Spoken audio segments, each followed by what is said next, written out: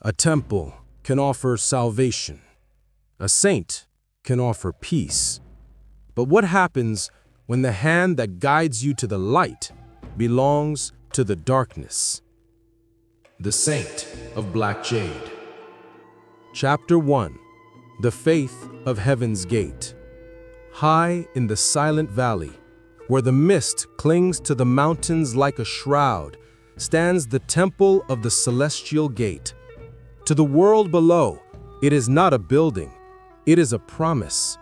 It is the final destination for the virtuous, the desperate, and the damned. The pilgrims come in endless streams, their faces etched with hardship, their hands clutching meager offerings.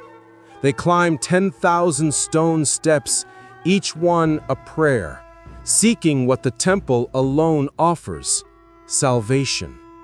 They come to be healed, to be cleansed, and to be seen by the Abbot, Master Jian. Master Jian is a living saint. His voice is calm, his eyes hold the peace of a 1,000-year-old forest, and his teachings speak of detachment, of charity, of letting go of worldly burdens. The temple itself reflects this. It is humble, built of simple wood and stone. There is no gold, no lavish silk. There is only the smell of sandalwood incense and the sound of bells chiming in the wind. And in this sanctuary of peace, there is no one more devout, no one more pure than Li Chao. Li Chao is the abbot's shadow, his most trusted disciple. He was an orphan, found at the temple gates and raised on its teachings. He is the temple. He wakes before the sun, his hands raw from chores, his mind clear from meditation. He believes in the celestial gate with an uncomplicated, blinding purity.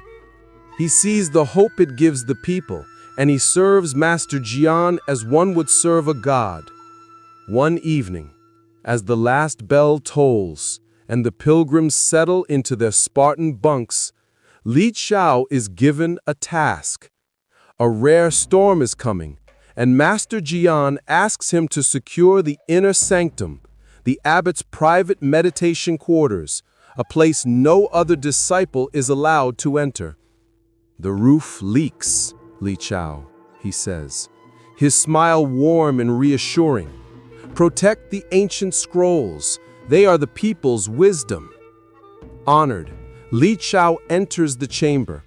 It is as simple as the rest of the temple: a sleeping mat, a desk, a rack of scrolls. He moves to the window, securing the heavy wooden latch.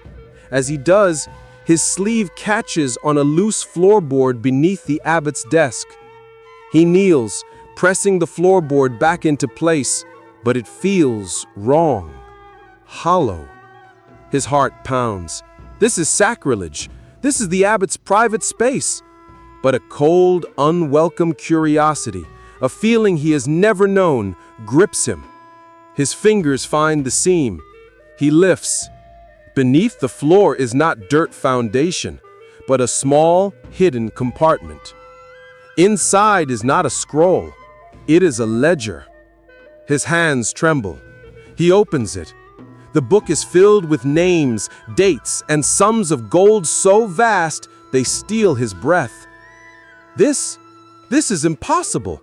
The temple is poor. The donations are small coins, grains of rice.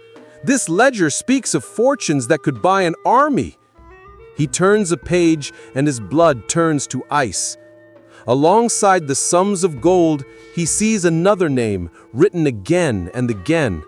A name whispered only in the darkest corners of the empire.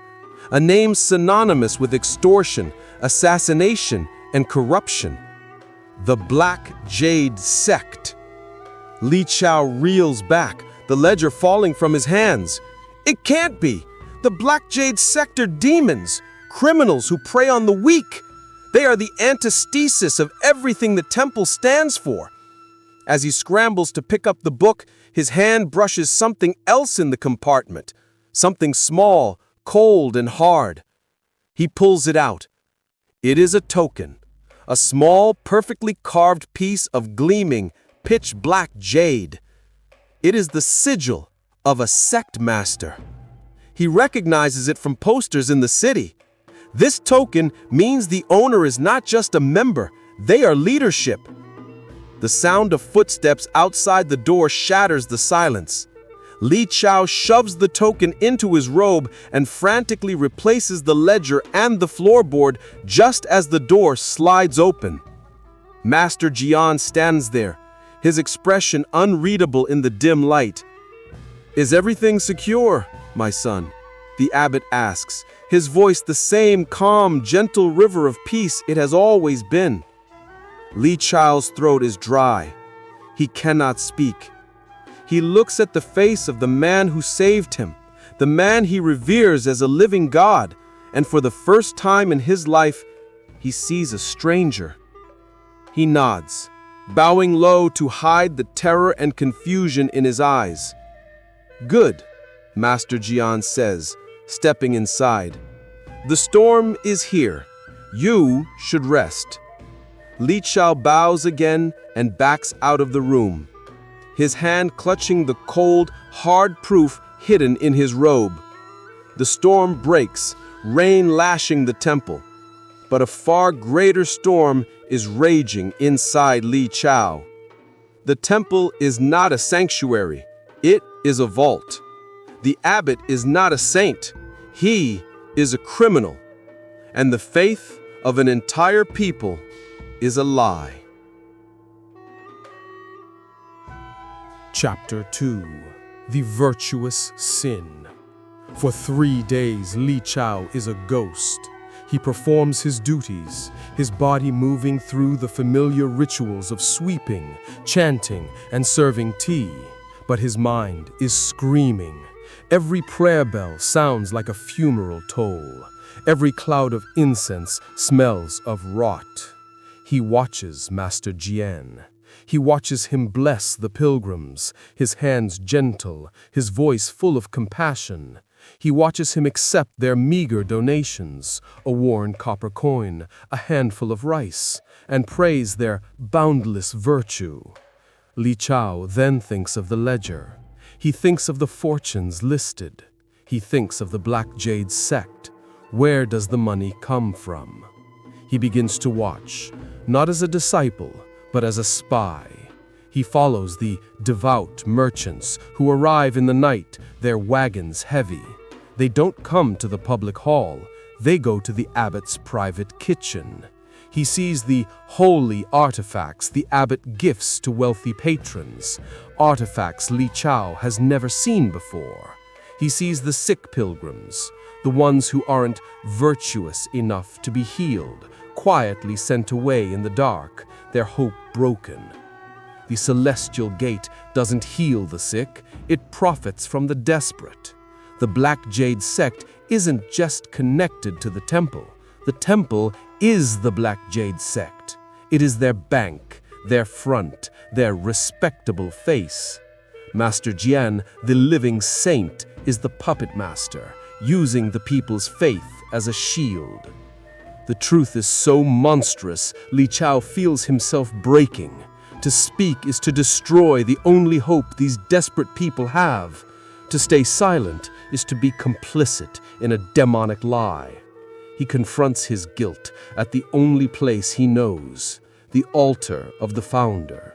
He kneels in the pre-dawn cold, the black jade token heavy in his hand. "What do I do?" he whispers to the stone statue.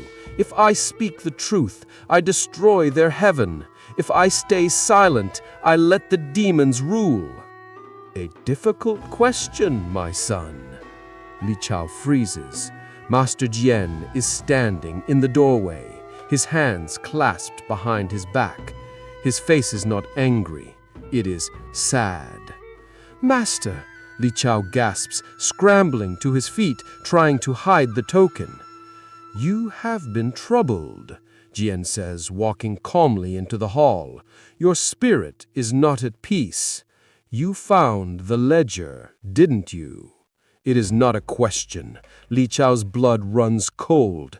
The abbot knew. He had been watching Li Chao. "Master, Why? Li Chao's voice breaks. The sect, the lies, the people. Lies? Master Jian cocks his head, as if genuinely curious. What lie have I told? Do the people not find peace here? Do their donations not ease their suffering, giving them hope that their virtue is recognized? But the money, it funds the Black Jade Sect. It funds suffering, Li Chao cries, his discipline shattering. Money is just money, Jian says dismissively. It is a tool. The sect provides order that the worthless emperor cannot, and in return, I am allowed to provide hope that the people desperately need. That is not hope. It is a deception. Master Jian sighs, his face hardening. You are still a child, Li Chao. You see good and evil as black and white, but the world is gray. The people need to believe in a heaven. I have given them one. A heaven they can touch, a gate they can reach. I give them peace in exchange for coin. Is that so terrible? It is. Li Chao pulls out the Black Jade token. This is terrible. You are a demon.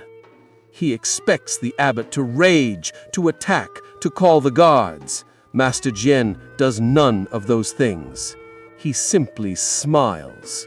A cold, empty smile. A demon? He repeats. We shall see. The abbot turns and walks to the temple's great bell, the one used to call the disciples to prayer. He strikes it. The sound booms across the valley, a deep, urgent alarm. Disciples and pilgrims pour from their quarters, confused, alarmed. Master, what is it? Is it an attack? Master Jian stands before the altar, his face a mask of profound, heartbreaking sorrow. He raises a shaking hand and points at Li Chao. My brothers, my children, the abbot's voice cracks with emotion. We have been betrayed. The crowd gasps. Li Chao, my son, he has been corrupted. He has fallen. What? Li Chao stares, his mind unable to process the words. He tried to steal from the donation vault, the abbot proclaims, his voice rising in righteous anger. And when I caught him, he attacked me. He has been corrupted by dark spirits, by demons of greed. The crowd turns, their confused faces hardening into suspicion. No, Li Chao shouts. He is the one. He is the liar. He is part of the Black Jade Sect. I have proof. Li Chao holds up the Black Jade token. See? This is his. He is a demon.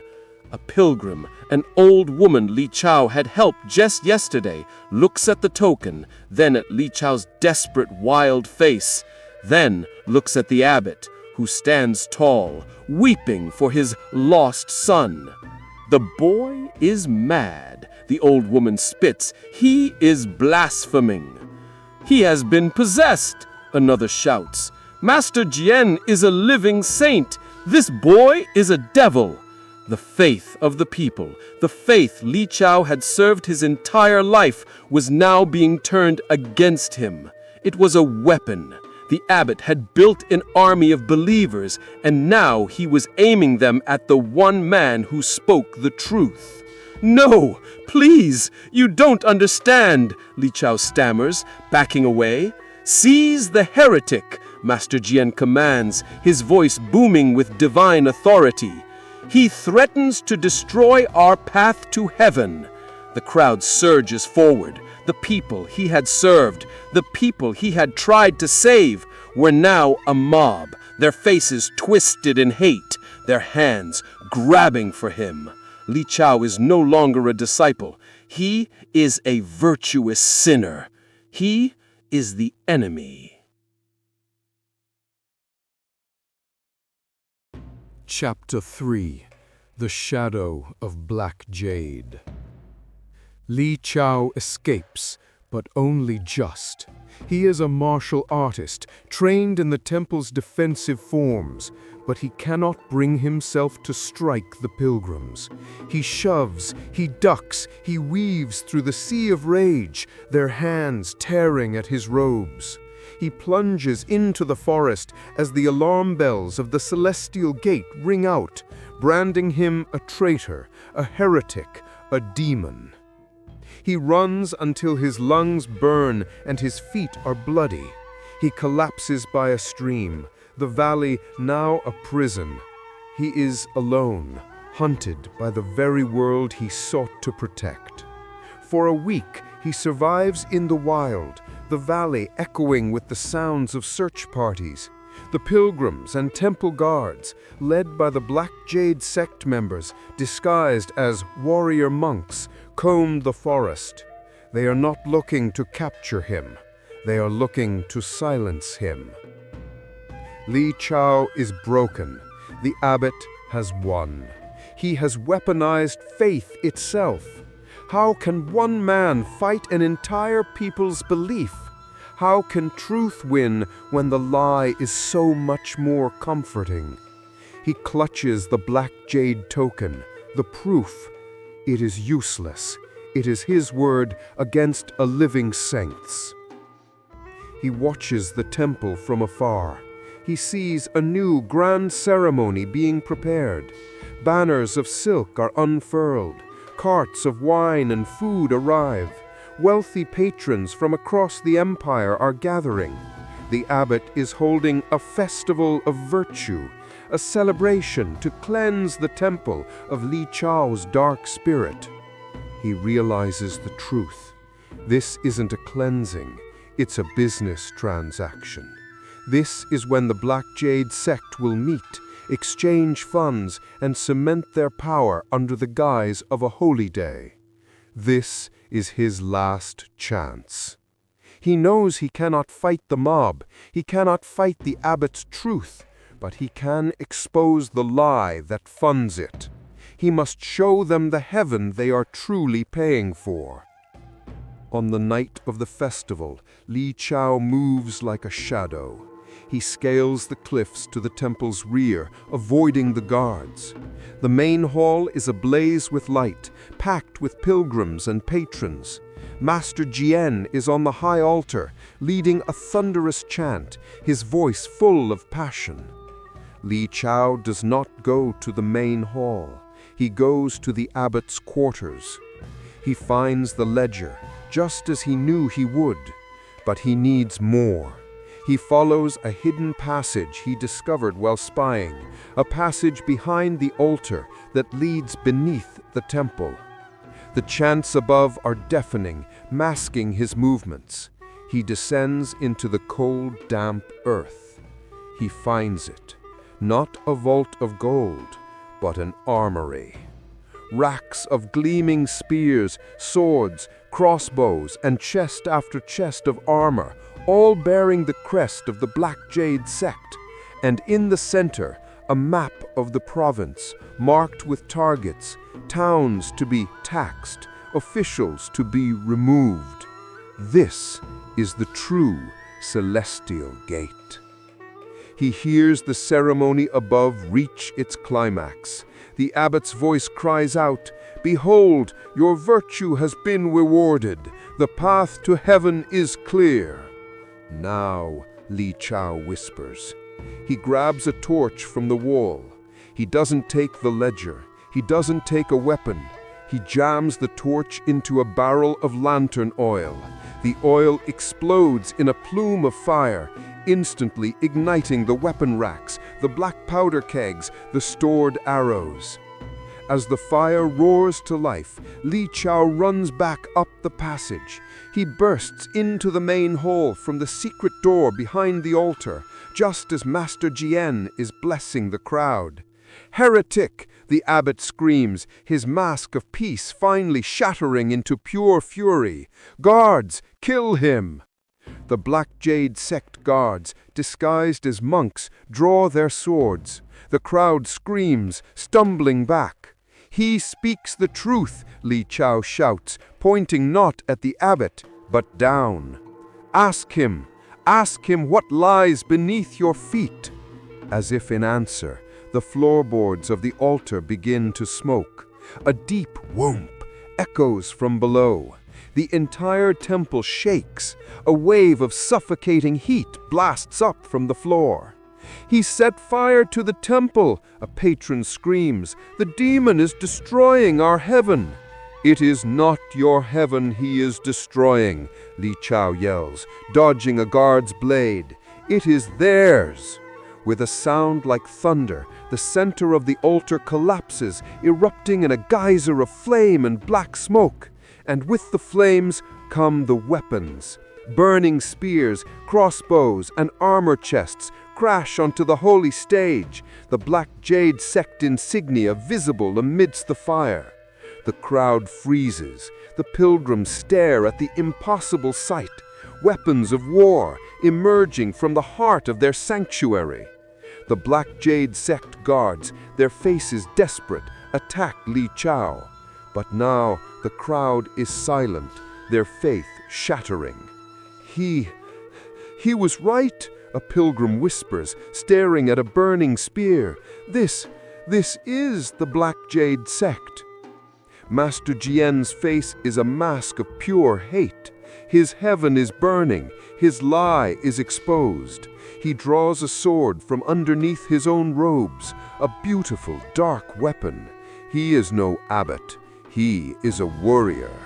He lunges at Li Chao. "You have destroyed everything." "I destroyed a lie. You built a heaven on the bones of the people. You are the one walking them down." The fight is brief. Li Chao is young, but his brief gives him strength. The abbot is skilled, but his rage makes him reckless. As the temple burns around them, Li Chao disarms him. The abbot falls back, his saintly robes burning, his empire of lies reduced to ash. The crowd does not move, they just stare, their faces blank with shock, their hope gone. Li Chao looks at them. He looks at the burning temple, at the exposed armory, at the defeated abbot. He has won. He has spoken the truth. But as he looks at the empty, broken faces of the pilgrims, he feels no victory. He has taken away their comforting lie and left them with a cold, terrible truth. He sheathes his sword. He turns his back on the abbot, on the fire, on the silent crowd. He walks out of the celestial gate, not as a hero, but as an outcast. He had shown them the truth, but as he walks down the 10,000 stone steps back into the world, he doesn't know. Was he walking them up, or had he just dragged them all down with him? The sun sets on this tale, but a new story is always waiting for the dawn. Subscribe so you never miss a legend.